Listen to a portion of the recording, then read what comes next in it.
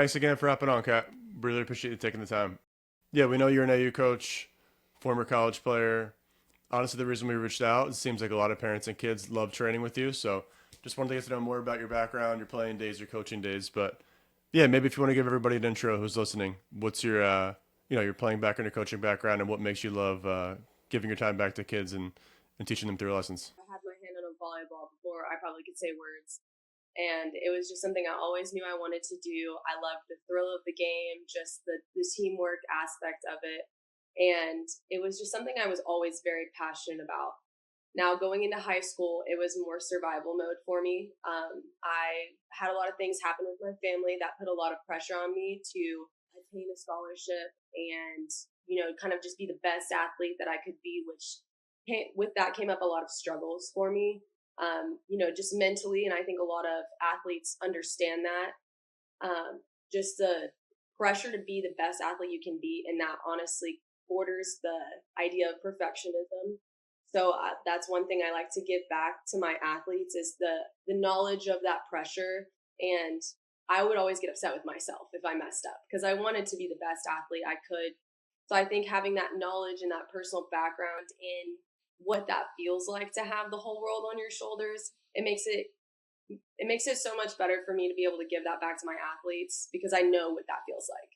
It's not it's just not one of those things where it's like, oh, I understand, but like, no, I truly understand. I empathize with you, and we can get through this together.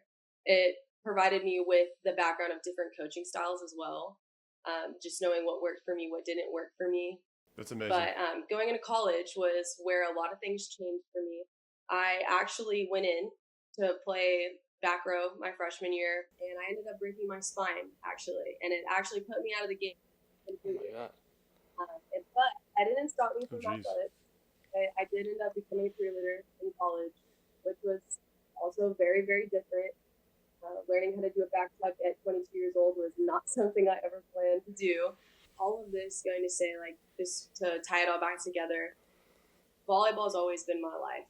It always has been. Maybe sometimes the reason that I could put food on the table, but all of these things were a such a great thing for me to have now that I am a coach because I just feel like I have a lot more patience for these athletes, a lot more understanding as to, okay, well, not everybody comes from a two-parent household that can put food on the table all the time.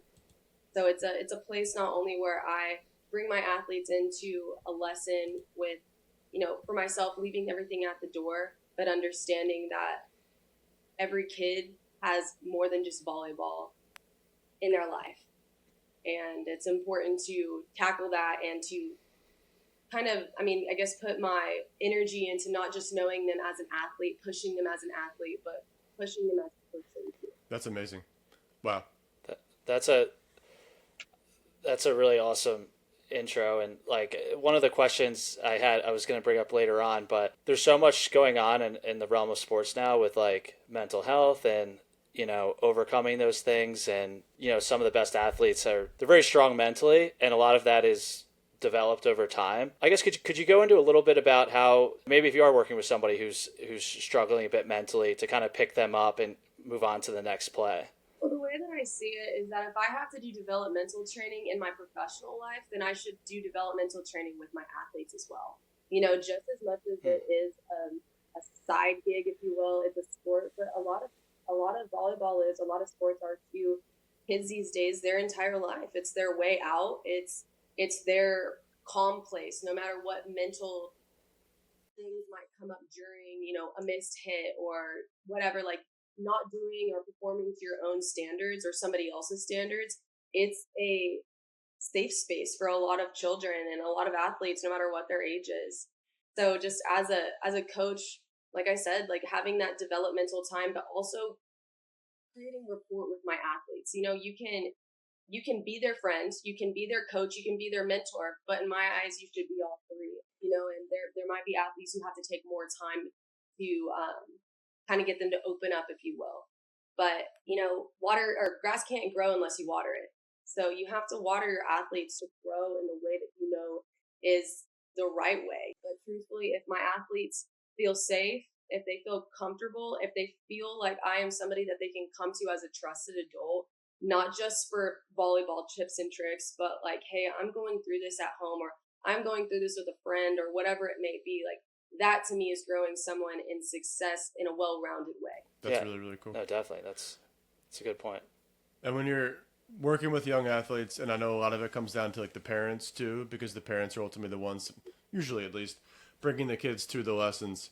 What are some of the most like common questions you get from parents about kids nowadays? Is it really just skill building, or is it more of that confidence off the court, off the field stuff that parents want to have you work with? And I guess from there too, how do you plan out your lessons when it comes to making sure that the full hour is used for, I'm sure you have a lot to do in the hour, but how do you lesson plan at the same time? My experience right now, they are more interested in skill building. While that is very helpful, of course, I do have conversations with them and debrief at the end of every lesson. My tactic is I do a 1-minute wall sit with every single one of my athletes at the end, and I sit there to distract them from the pain. I ask them what they think that they learned the most or got the most out of that lesson. And I think that in and of itself kind of might let the parents know, like, okay, like it's not even a question that I might need to ask. Now, if that is a conversation that they'd like to have, absolutely, and I'll tell them. So in my practices, you can see in the lesson planning, just as it plays out, I think parents can see that I take the time to see where my athlete is at, not pushing them totally to complete or to master a skill without, okay, say I have somebody that we're learning how to serve from the back line. My goal is to have them serve 10 from the back line, but if they're completely missing the serve time and time again and I see them getting frustrated, I'm going to move on to something else and then come back to it. Because it's mental building, but it's also you understanding that I'm here for you. Yes, your success is important to me, but success is only built when your mind can wrap around it, can be there for that. So when I lesson plan, I just make sure that I am really breaking down every skill to the very bare bones of it. And then we introduce the skill, and no matter what athlete, it could be a college athlete, I don't care. Like, we're going to go bare bones, we're going shuffling, we're going footwork before we move up to the bigger things, because if I find a problem there, I know it's translating into the bigger picture. So that is how I lesson plan, just making sure that I'm starting small, no matter the age of the athlete, and moving up from there, because somebody might be a really good hitter, but they drop their arm in a weird way. And I can figure that out before I kill their shoulder, making them hit 50 balls over the net. And they're getting frustrated at that point because probably, 25 of those aren't going over. Because it's like, it's a matter of consistency, right? So I would say things like that. What would your advice for some of these athletes into what traits they can work on, whether it's mental or physical, that if a coach is showing up, college coach, that they're going to be like, wow, like this kid has tremendous work ethic? I think work ethic starts and ends with the work you're willing to put in. So if my advice would be there 15, 30 minutes early with your shoes on, ready to go. You're already warmed up. You're the head runner for everybody. You're there late asking the coach, what can I do more? Like, is there something I need to work on? Is there anything that you've seen in practice that I have weaknesses on? It's communication, right? Like, we go into college and they tell us, or even high school, have a good relationship with your teachers. The same thing goes for your coach. Your coach is the one that's the expert in the sport. You're the one that's trying to be them, right? So I want to be well versed, so I'm going to show up early, I'm going to stay late.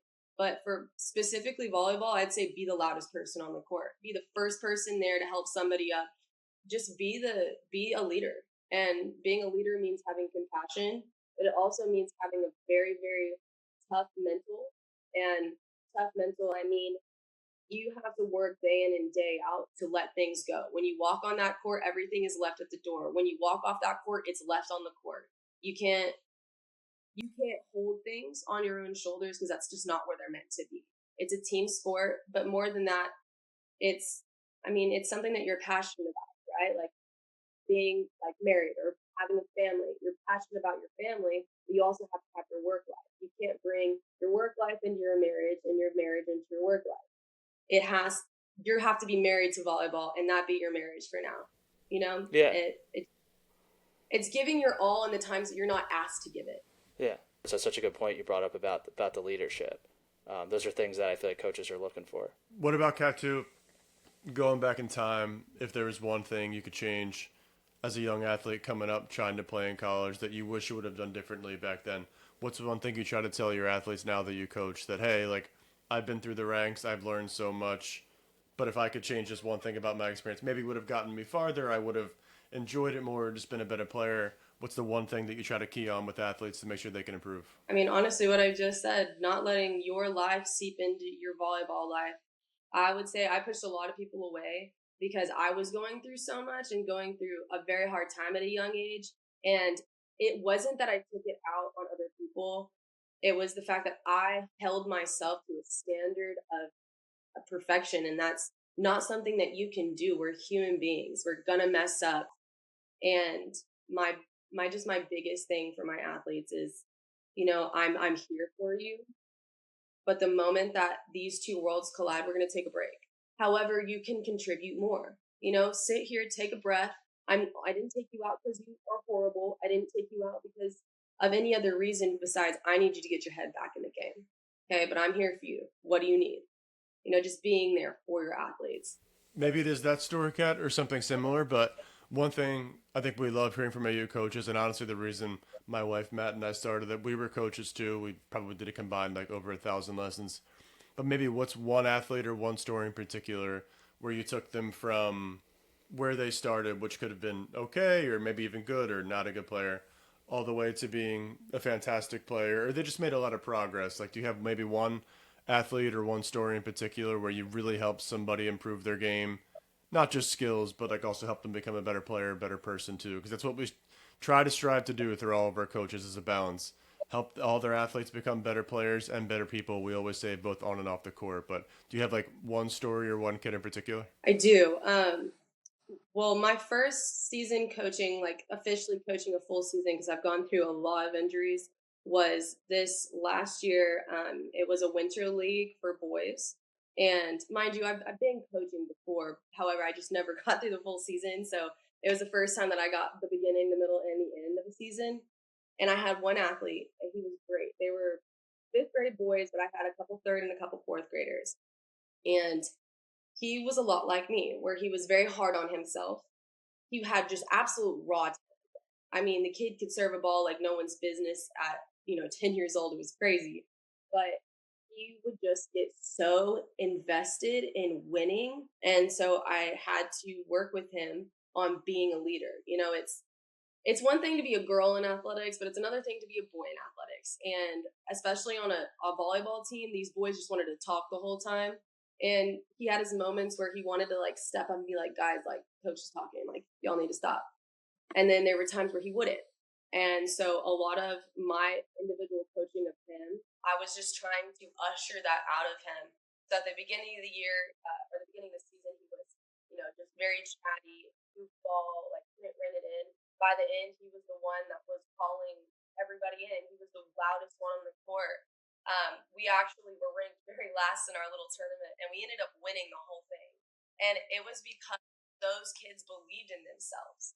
They were sitting there yelling for each other, and that's one thing about, any sport. If you have a sideline that's quiet, you're already halfway lost because your whole team needs to be in it all the time. I couldn't have my one athlete screaming on the court the whole time and have 3-4 players on the sideline talking. It ruins the momentum, the energy of your side. Everybody had to be in on it. And I'll say after that last game, that little boy just, when we won, he fell to his knees and started crying because I just don't think that he had ever been pushed to like really believe in himself and actually execute it without giving up. Because I'll say there were times where I think he like rolled his ankle and just did it because he was like, I just can't handle the pressure, but that's okay. I'd take him off the court, say, hey, you're good, take a breather, but I need That's you so back in cool. this game. And he would get it together and he would come back. And it was just the fire inside of him was something, it was almost untamable, but he was just such a good kid. And that he had the best intentions for that fire. It was just about how do I, rein it in and then pull the walls in and Wow. direct him in the right way. That's really cool. And to go off of that, is it like kind of like kind of how you picked up that athlete, you know, when he was getting frustrated with himself. I know you've dealt with injuries and some obstacles in your career. Was there somebody, whether it's a coach or a teammate, that kind of helped pick you up when you went through some of those challenges? Absolutely. I'll say my high school coach for sure. He came in halfway through my junior year. He just saw straight through me, saw straight through my anger. And he would call me into his office multiple times a week just to check up on me. Hey, how's class? How's everything going? Like, I have you practice this. You know, I know we talked about this the other day at practice. Like, how's that going? Really came to my level and made sure that it wasn't just him coaching me through volleyball, but he was coaching me through life too. That's really cool. Yeah. Maybe one last question from me, Kat. We like to ask this just to make sure that everyone who is watching the interview back when we post it on social media. I think a lot of parents and kids, they love coaching with their AU coaches or doing lessons, but they also want to do stuff after in between.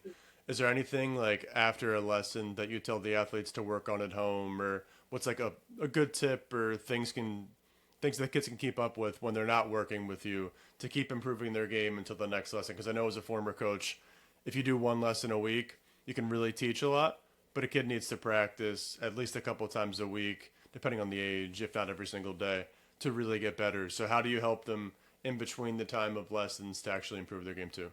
One is communication, constantly checking up on them. I've told every single one of my athletes since I started with AU that I have a running app and I will run with them if they're dedicated to improving not just their health, but their athleticism, because I think running helps in really every facet of every sport out there.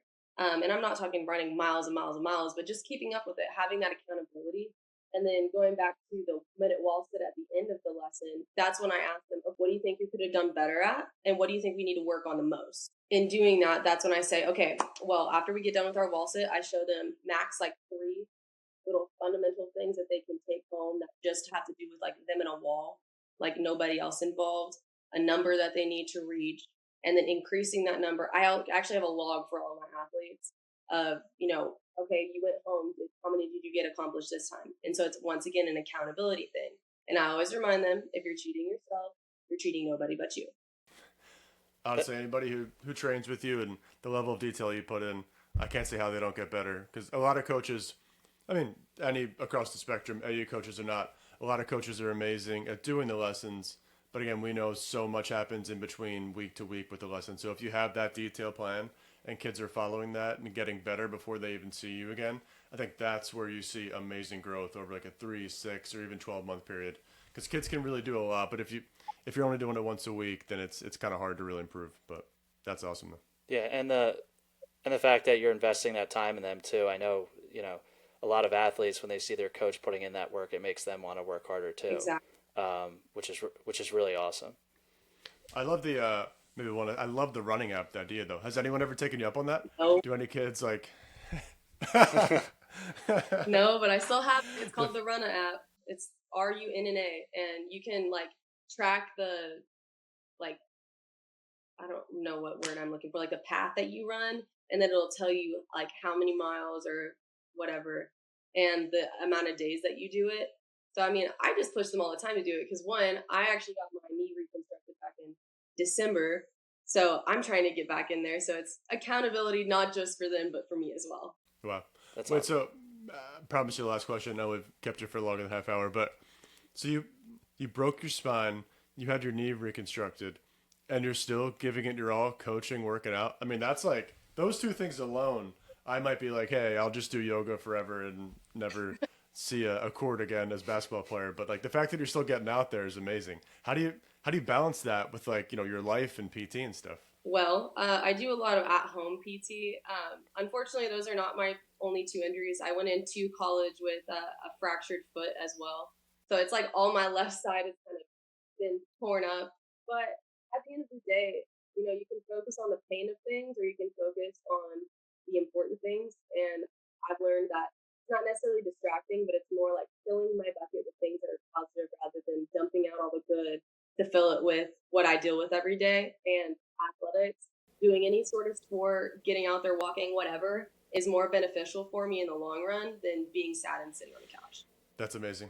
Honestly, we're lucky that we found you as an AU coach. I think anybody who trains with you is going to get better. You have such a good background, such a good outlook. So, yeah, this isn't even part of the interview at this point, but like truly, thanks for hopping on, for sticking with it, especially after you had knee surgery in December.